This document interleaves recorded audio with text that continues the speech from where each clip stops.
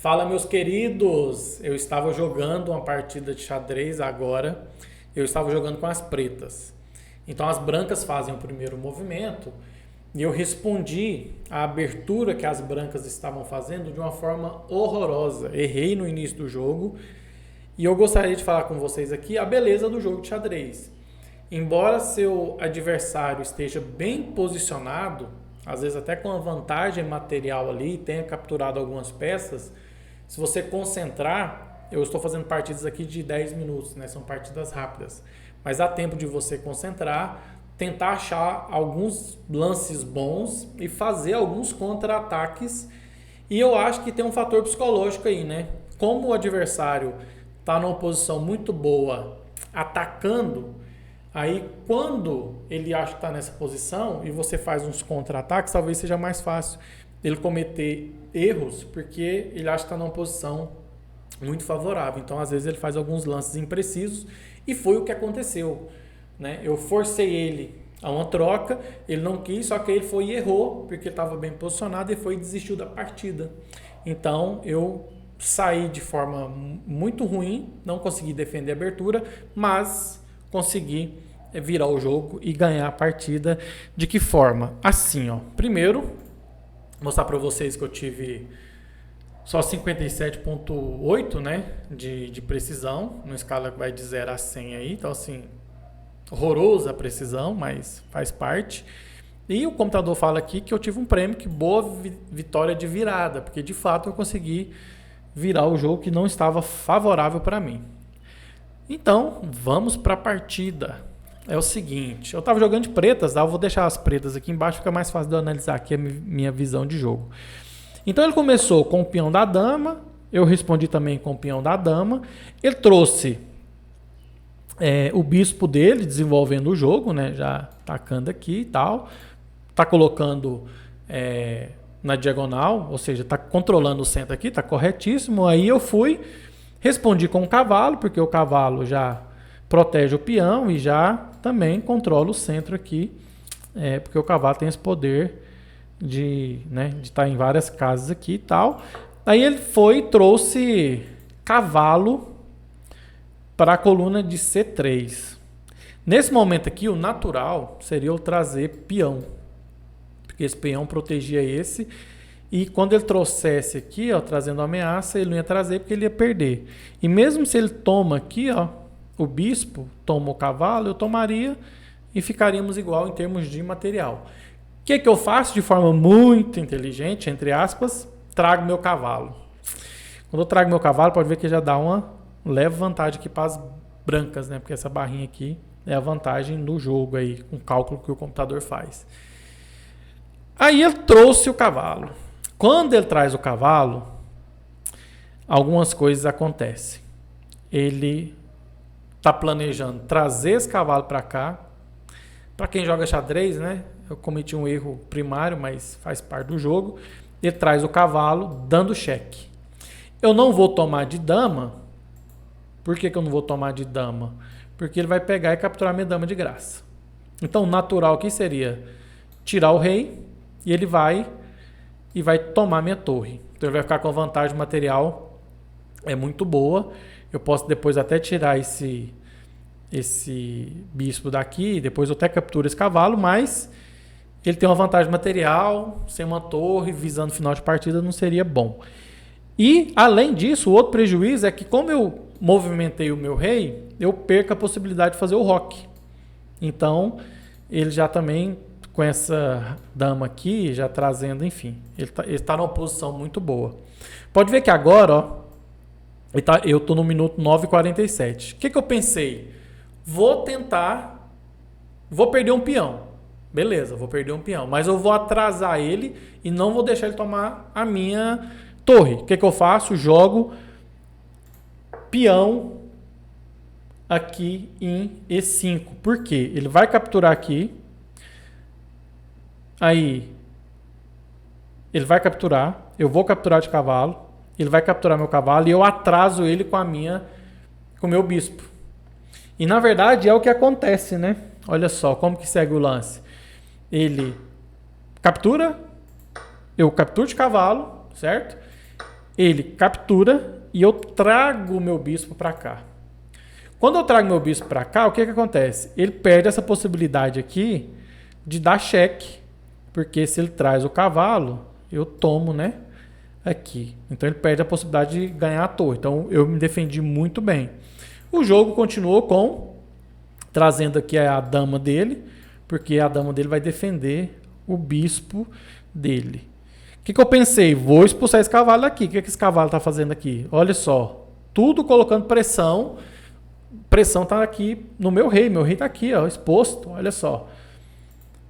Aí eu vou tentar expulsar o cavalo.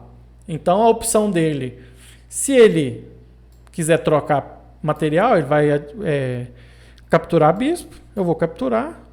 Aí ele vai capturar aqui e enfim. Aí eu vou de dama aqui, né? Só que ele corre com o cavalo, né? Aí o que eu pensei? Eu vou capturar, né? Vou capturar porque é aquele negócio. Vou propor jogo, vou para cima, vou tirar essas peças daqui da ala do meu rei. Ele muito bem trouxe a rainha dele, a dama dele, já avisando, talvez esse peão que, se eu tomar, se ele quiser fazer uma proposta de troca, aí ele também pode trazer o cavalo aqui, eu vou colocar, mas aí, enfim. Eu falei sim, eu tenho que tirar meu rei daqui. Como eu não queria perder a possibilidade de roca, eu trouxe o meu bispo. Quando eu jogo o meu bispo aqui, ele traz já a torre dele visando colocar pressão, porque aqui já tem um cavalo, tá? Aqui já tem a dama dele. Nesse momento aqui eu pego e faço o roque, né? O roque, não sei se você sabe, se você não fez nenhum movimento com o rei e com a torre, né? Durante o jogo, e você não vai deixar o rei em xeque ou não vai passar por um xeque, você pode andar 2 casas com o rei e trazer a torre. Então você anda 2 casas e inverte a torre. Pode ser o roque pequeno que é para cá, ou o roque grande que é para lá. Então aqui, ó, ele não pode jamais fazer o roque grande, porque ele mexeu com a torre dele. Aqui, se ele tirar o bispo e tirar o cavalo, ele pode rocar, né? Fazer o roque. Aí o que acontece aqui? Quando eu faço o roque, ele pega e captura aqui o cavalo. Desculpa, ele pega e captura aqui o meu peão. Quando ele captura o meu peão, eu vou de cavalo. Por quê? Meu cavalo fica protegido aqui, ele não vai capturar aqui porque o peão protege, ele não vai esse peão aqui porque tem um rei, tá? Quando eu trago para cá, ou quando eu faço a captura aqui, ele pega e joga o peão do rei na E3, né? O que eu faço? Falei assim, vou propor jogo e vou... Como ele estava numa posição muito boa já, mas embora eu já estou com as peças mais bem posicionadas aqui e tal, talvez aqui o ideal seria ele atacar meu cavalo, né? O que eu fiz agora? Joguei dama F6. Por que eu joguei dama F6? Vou propor troca. Por quê? Vamos jogar sem rainha. Porque aí o que eu pensei? Se a gente troca as damas aqui, né? Rainha, dama, eu ia capturar de cavalo, porque eu não queria dobrar os meus peões aqui e depois só movimentar de forma correta. Aí eu já tenho meu bispo, né? Passado aqui, eu vou ter meu cavalo aqui e as minhas torres já estão conectadas. Então, enfim, eu vou propor troca de dama. O que ele faz? Não quer. Não quer. O que eu faço? Eu vejo uma possibilidade aqui, ó. Falei, vou ganhar material. Ganho um peão de graça. Ele não quis trocar, eu tinha visto aquele lance ali, falei, vou trocar. Quando eu troco, ele volta. Aqui é o erro assim, que ele entrega a dama dele de graça. Não sei qual que foi a ideia dele aqui, né? Não sei, de fato. Só que quando ele faz isso, não tem nada que protege a rainha dele, a dama dele. Nada, nada, nada. O que eu faço? Simplesmente capturo a dama dele. Aí quando eu capturar a dama dele, olha lá. Aí, olha ali no meu reizinho preto, campeão. Por quê? porque aí eu quis uma proposta de troca de dama e ele não quis, e no fim ele fez um movimento errado e me entregou a dama dele. Aí eu já estou com o cavalo aqui, né, colocando pressão na torre dele, no peão, já tem meu bispo passado aqui também, já tem minhas torres conectadas com o roque, e ele já não tem essa possibilidade. Então ele começou a partida muito bem e no final ele teve que desistir, tá? Então o resumo aqui do computador foi que realmente superaste o seu adversário, né? Superei meu adversário. O adversário saltou nas suas oportunidades na abertura, ou seja, fez uma abertura muito boa e o meio de jogo foi confuso, mas eu levei a melhor nesse jogo. Então, acho que fica alguns ensinamentos aí, que mesmo que você erre aí na abertura do seu jogo, continue, tente achar os movimentos melhores, porque você pode induzir seu adversário a erro, e assim nós continuamos a estudar xadrez aqui no canal.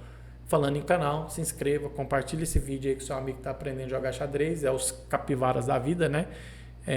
Faz lances errados.